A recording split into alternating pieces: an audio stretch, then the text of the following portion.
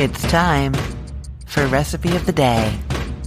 So you know I'm obsessed with the reverse sear when doing roasts of almost any kind. That's where I start by cooking the roast low and slow, and then we turn the temperature up at the end to get a nice brown crust on it. That is not what I'm doing this time. I know, right? This actually is a great recipe when your pork loin doesn't have kind of a layer of fat on one side of it, that layer that gets sort of nice and brown and crispy when we do that reverse sear. So when your pork loin doesn't have that, you maybe want to add some moisture and juiciness in another way. And so we are doing this by cooking the pork loin on a bed of apples and onions with a beautiful glaze on the loin itself. Okay, so how do you make this wonderful pork loin roast? You're going to start by preheating the oven to 350 degrees Fahrenheit, and then you're going to season the pork loin all over with salt and pepper. We're doing a 3-pound pork loin, and that is fairly average size, which you're going to find in a grocery store, not the full long pork loin. It's been cut into a manageable 3-pound roast. Once the pork is seasoned, you're going to heat a big skillet over medium-high heat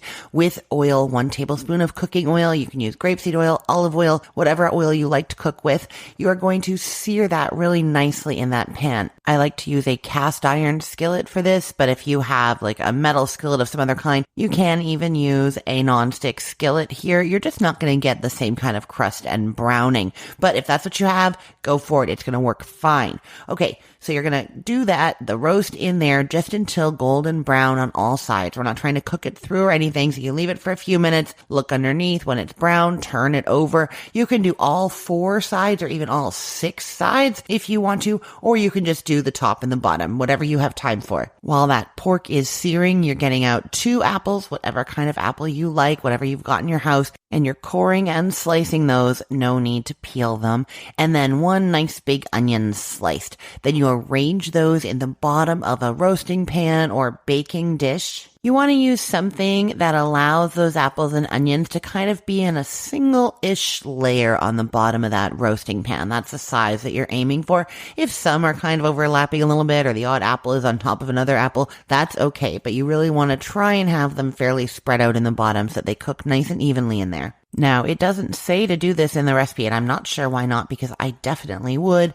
Season those lightly with some salt, for sure. The apples and onions in the bottom of the roasting pan. Salt never hurts anything. Even though these apples are sweet, the salt is going to help bring out some of that flavor. Then you're going to make that glaze by whisking together some Dijon mustard, maple syrup, and apple cider vinegar. 1 tablespoon of each. Whisk that up. By now, your pork should be seared on however many sides you're doing it. Transfer it to that baking dish on top of the apples and onions. I like to kind of scoot some of the apples and onions out from under there. Having a little bit underneath the pork is going to help keep it nice and moist underneath, but you don't really want a lot of them under there because they're not going to cook quite as well when they're covered by that pork roast. You see what I mean? So you get that pork roast on top of the apples and the onions, and then you're going to brush it all over with that mustard mixture that you just made. Cover the whole thing with foil and bake it for 30 minutes. That was at 350 degrees Fahrenheit. Then take the foil off and bake for another 30 to 45 minutes. You want to make sure that the internal temperature is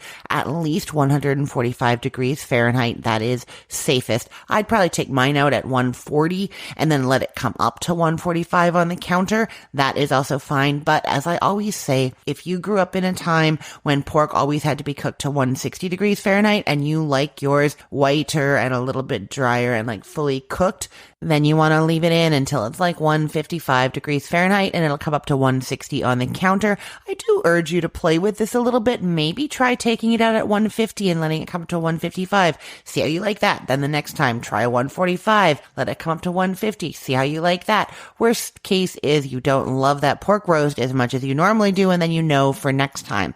But it is much juicier and more flavorful if you can get used to having it at that slightly lower temperature. And just a reminder, 145 degrees Fahrenheit is the recommended safe temperature by the USDA. So that is definitely for sure a safe thing to do.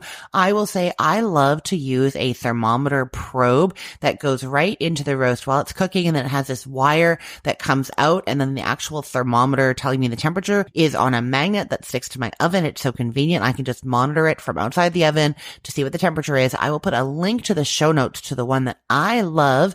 It is like $15 on Amazon, and I use it it all the time. You will love it too. So when that roast is at the temperature that you want it to be at, you take it out, you let it rest for about 10 minutes, then you slice it and serve it with those apples and onions on the side. You can even make another little batch of that mustard sauce, the 1 tablespoon Dijon, maple, and apple cider vinegar, a tablespoon of each, and have that as a sauce on the side as well. That is so good. Okay, I will put the link to this recipe in the show notes for this podcast episode, or you can head to cookthestory.com/ROTD to get this recipe and all the recipes that I talk about on this show.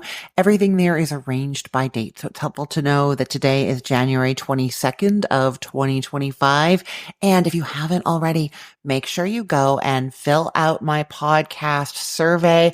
I want to know what kinds of recipes you want to be seeing in the months ahead, who you want me to have as guests, what topics you want me to cover. Go and let me know. It's a quick survey at cookthestory.com/2025cooks. I am Christine Pittman from cookthestory.com, thecookville.com, the all-new chicken cookbook, and from this podcast, Recipe of the Day. I hope you have a great day. Let's get cooking.